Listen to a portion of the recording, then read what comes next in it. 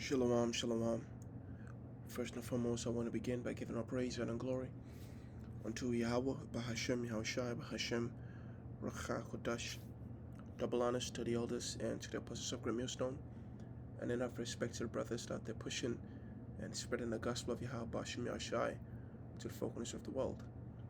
Now, through the spirit and power of Yahweh, Bahashem, Yahushai, I just wanted to do a quick lesson on the book of Revelations, the 9th chapter.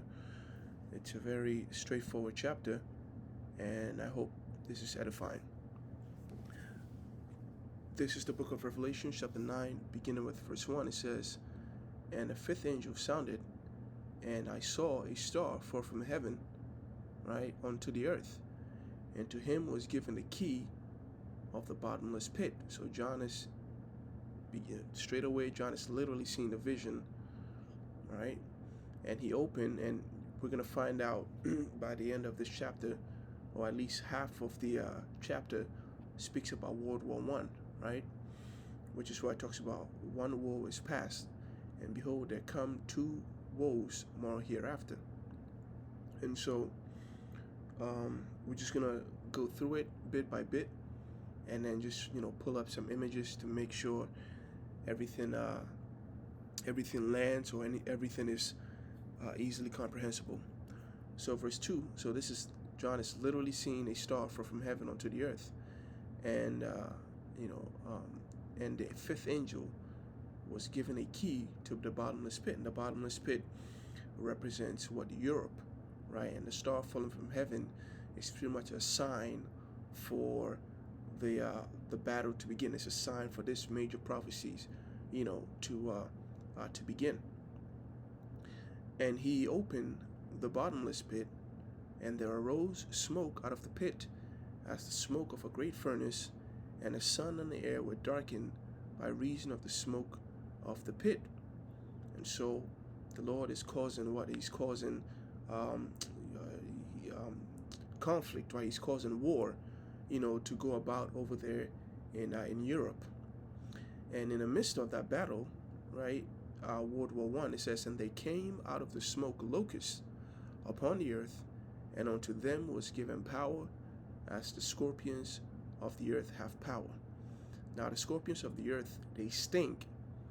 And so whatever it is that the Lord has that is likened unto locusts upon the earth should also have the power to sting men, right? To destroy men by way of what? By way of poking holes in them, by stinging them.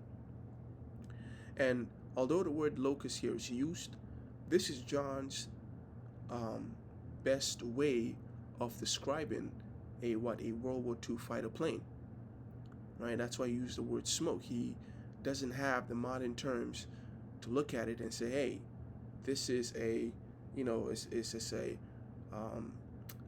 such and that, this is such and that, and so on and so forth, right? He just calls it locust. And it may sound strange just from reading the words alone, but when you actually go into, like I found some images here, like look at this image of locusts flying, right?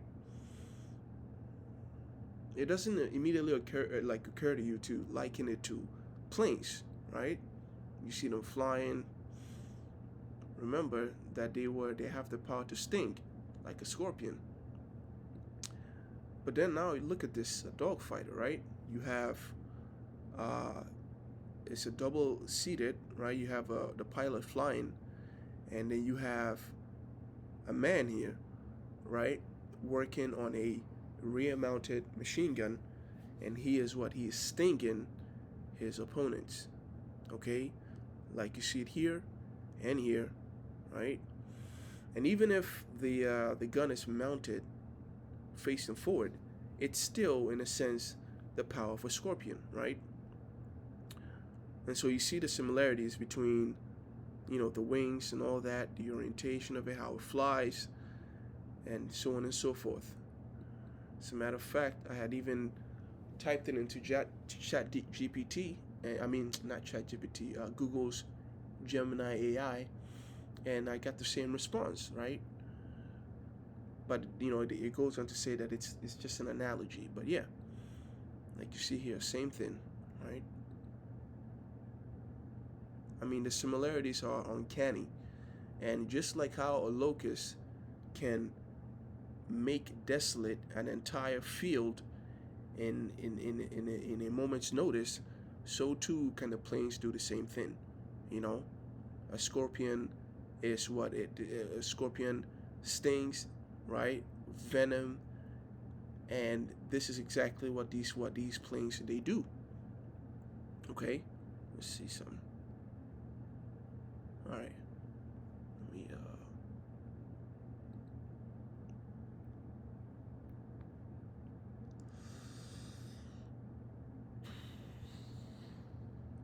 I wanted the right, Google Gemini. Ah, oh well. Okay, so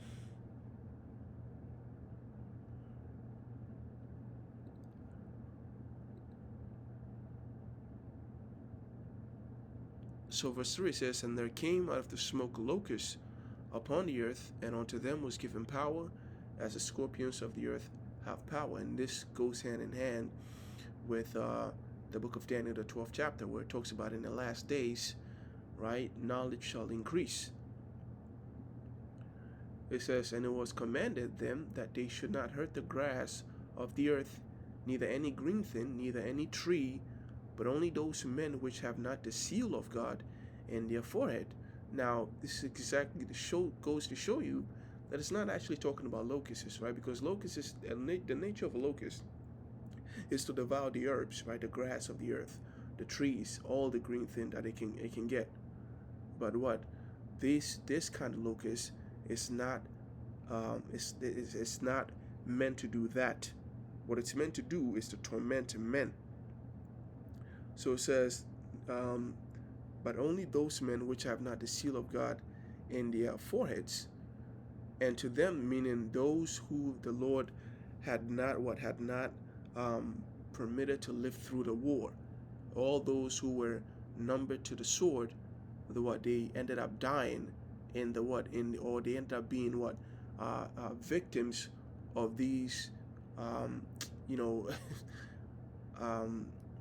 these weapons. It says, and to them it was given that they should not kill them, but that they should be tormented 5 months, and their torment was as the torment of a scorpion when he striketh a man. All right, showing you that again, it's not talking about actual locusts, right? It's just John's best way of describing it. Okay, and so when he striketh a man, and in those days men shall seek death and shall not find it, and shall desire to die, and death shall flee from them. And so, of course, you had men who died from these fighter planes, but those who didn't die, they were what they had wished to have died, right? You have those people who were shell shocked, people who were tormented by dreams, people who were maimed, right? People who, I mean, people were just messed up from this war. Those who survived through it did not survive good. And all those men had wished to die, but it wasn't the judgment was supposed to be much worse than that. It was for them to live through, right, life being disheveled and being and having their minds broken and being incapable of discerning reality from a nightmare. Verse 7, and the shapes of the locusts were like unto horses prepared unto battle, and their heads were as it were crowns of gold, and their faces were as the faces of men, and they had hair as the hair of a woman, and their teeth were as the teeth of lions, and they had breastplates as it were breastplates of iron, and the sound of their wings was as the sound of chariots of many horses running into battle. Right? Is there more on that? And they had tails like unto scorpions, and they were and there were stings in their tail, and their power was to hurt men 5 months, and they had a king. Oh, it's like it. That's enough. Let's just break it down. So the shapes of the locusts were like the shape of horses prepared unto battle, meaning that they were geared up, right? They were sent in formations to go to battle, just like horses would be. And their heads were as were the crowns of gold, and their faces were as the faces of men. Faces of men would be the pilots, and the crowns of gold. When I looked it up, right, the World War I helmets, you'll find out that they have especially the Germans, they have a really they're really partial to what they're really partial to the gold, right, the colors. And oftentimes it's silver, but even if it's not pure gold and crown, they always have this, they always have elements of that in it, even if you know it's not all gold, right? There's some elements in there that shows you. Let's see, the Russian uniform helmet, you know you see the description here, and this is what they would wear. All right, and let's go back.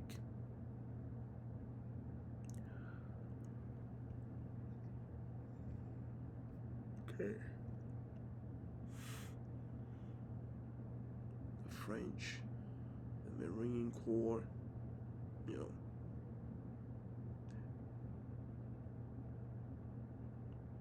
It's very difficult to tell because all the authentic videos, I mean photos, are not in color, and but the ones that I could find, these are the kind of things that John was seeing, okay, and the hair of a woman, all right, um, and their faces were as the faces of men, and they had the hair of a woman, and their teeth whereas the teeth of lions, right, goes in to show you the plains. What was it? Oh, yeah. This is a really bad photo. I should have picked something other than a painting. But where is it at?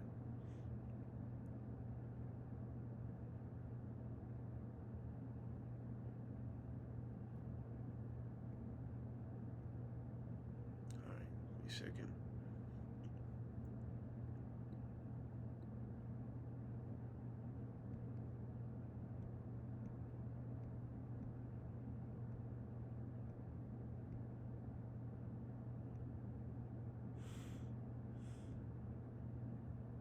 You know what? I don't.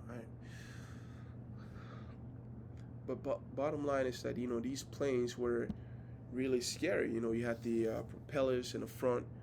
You got these all the many different ways this aircraft would strike fear into a man who's never seen one before. You know, so it says, and they had breastplates again, the armor, and it were breastplates of iron, and the sound of their wings was as the sound of chariots of many horses running into battle. You got the that's that sort of thing. And they had tails like unto scorpions, and there were stings in their tails, and their power was to hurt men 5 months. That was the duration of the conflict.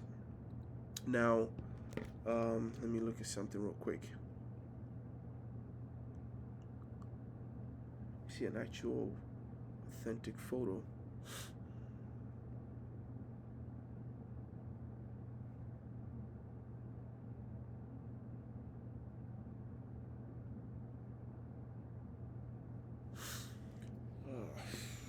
Let's see.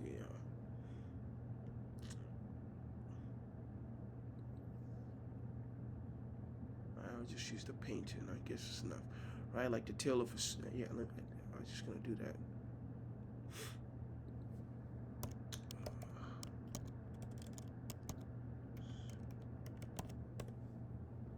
Right, like got they got the long tail, and oh man, I have a phobia of this, man. Let me just turn this back.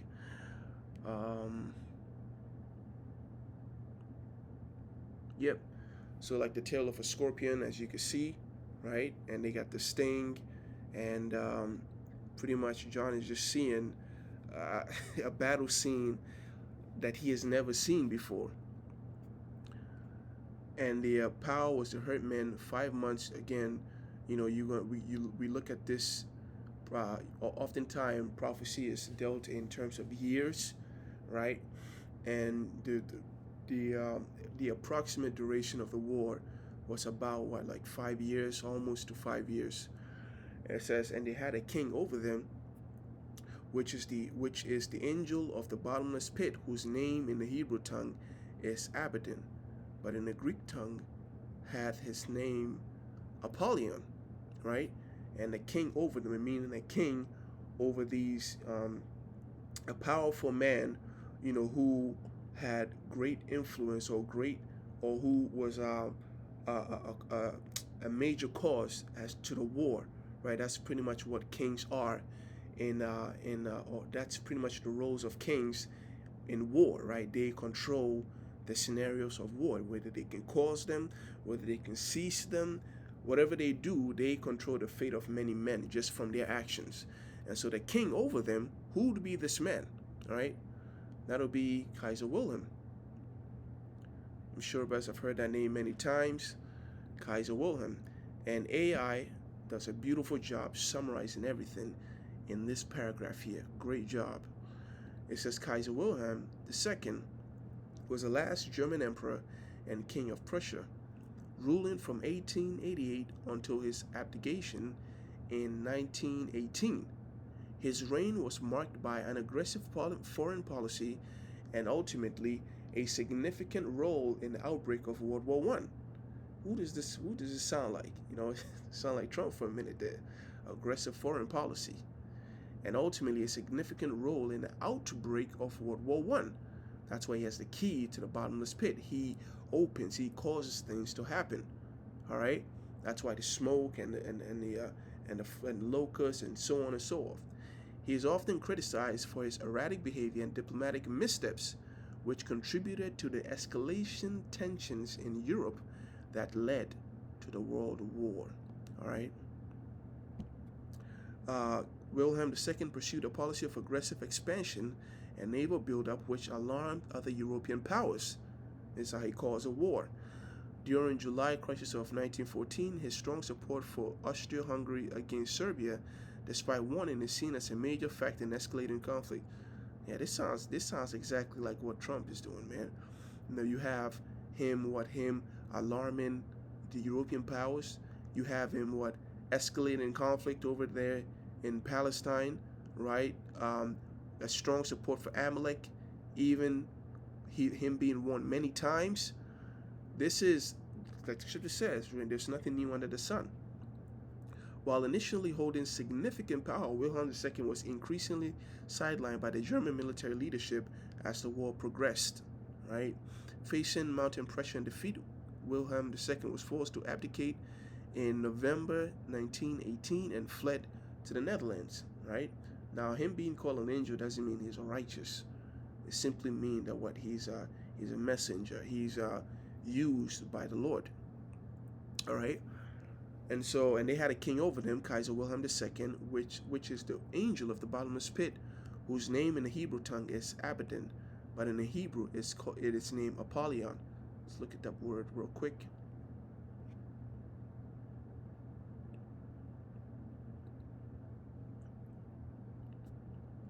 It means ruin or destruction. That's why, despite many warnings, this dude went ahead and did whatever it is that he had to do. Despite the many foresight, he was just a fucking idiot, and he ended up starting World War I.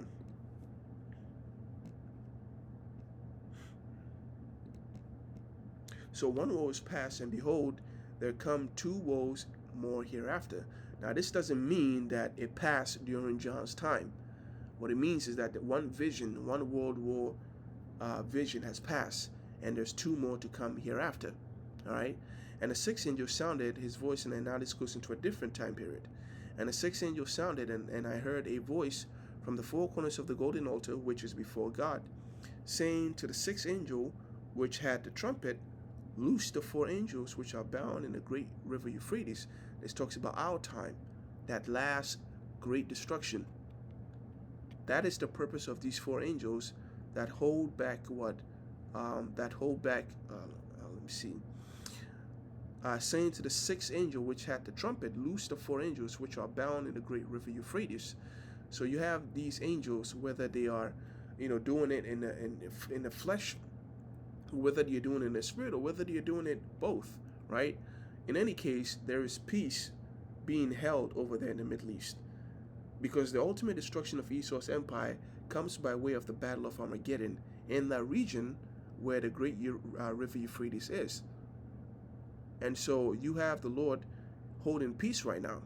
But the scripture says that they are prepared. The four angels were loose, which were prepared for an hour and a day and a month and a year for to slay the third part of men. The third part of men is Esau. There are three classifications of men, which is the sons of God, the sons of men, and the sons of wicked, which is Esau, pursuant to the book of Obadiah, right? The border of wickedness. And so Esau is named the border of wickedness. In other words, the country or the people of wickedness. All right? And so they will be the third part of men. Their kingdom goes down. They are the ones who gets what? Who don't have any place in the kingdom of heaven, even after they serve their judgment after 1,000 years. And the number of the army of the horsemen were 200,000, and I heard a number of them. Now this may sound like it's talking about the horsemen that we just read a few verses up, but that's not what it's talking about. Okay, this is a completely new. This is talking about the missiles, all right, and it's going to go on to describe them. So it says 200,000, and I heard the number of them. That's 200 million. All right. It says, and thus I saw the horses in the vision, and them that sat on them having the breastplates of fire, and of jacinth, which is like a fiery jewel, and brimstone. And the heads of the horses were as the heads of lions, and out of their mouths issued fire and smoke and brimstone. By these three were the third part of men killed, by the fire and by the smoke and by the brimstone which issued out of their mouth. This is thermonuclear destruction.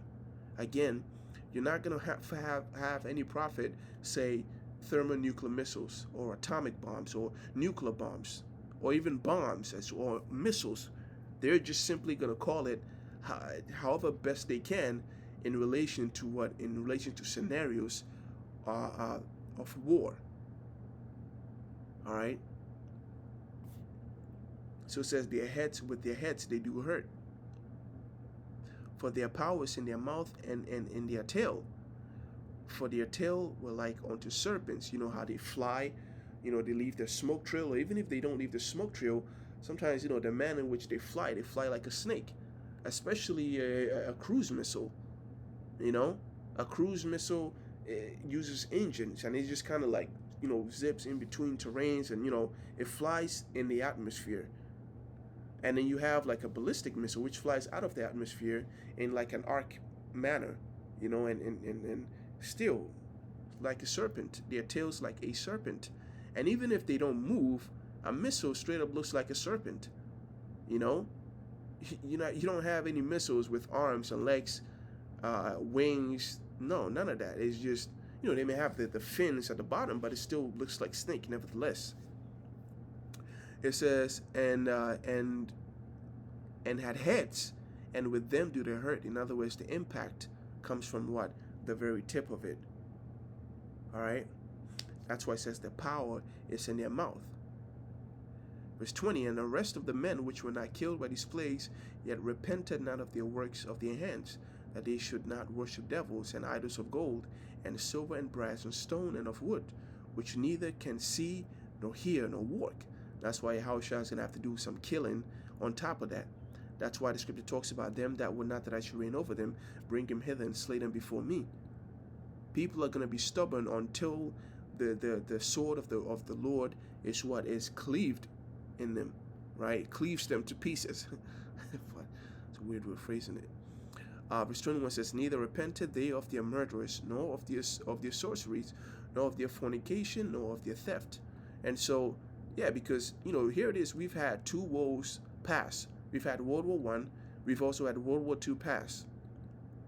This is a judgment from the Lord. This is the prophetic scriptures coming to life in front of our very eyes. Like I said, this comparison here It's undeniable, right? But you still have people, who want to talk shit about the Lord. They won't, especially our people, they won't come back to the Heavenly Father.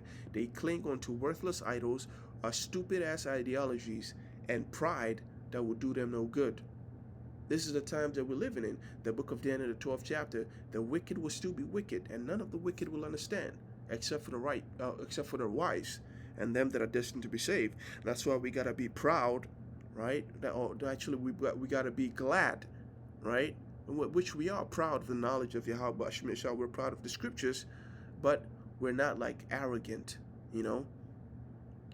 When people seek to put us to shame, we instead feel proud that we are what? That we are blessed with the knowledge of Yahweh Shemeshah. But that's not to make us go off. So we have to appreciate what we have, because what we have is literally something that billions of souls don't have. It's just a remnant. The scripture talks about it in the book of 2nd Ezra, if I'm not mistaken, the 16th chapter. Those that are going to be saved is as a drop of water compared to a wave. All right. So I hope this is edifying. Shalom, Yahweh, Shemeshah, Brakatham, Toy, Akim, Sanakos, that are watching in truth and sincerity. May the blessing of election be upon the house. And until next time, Shalom.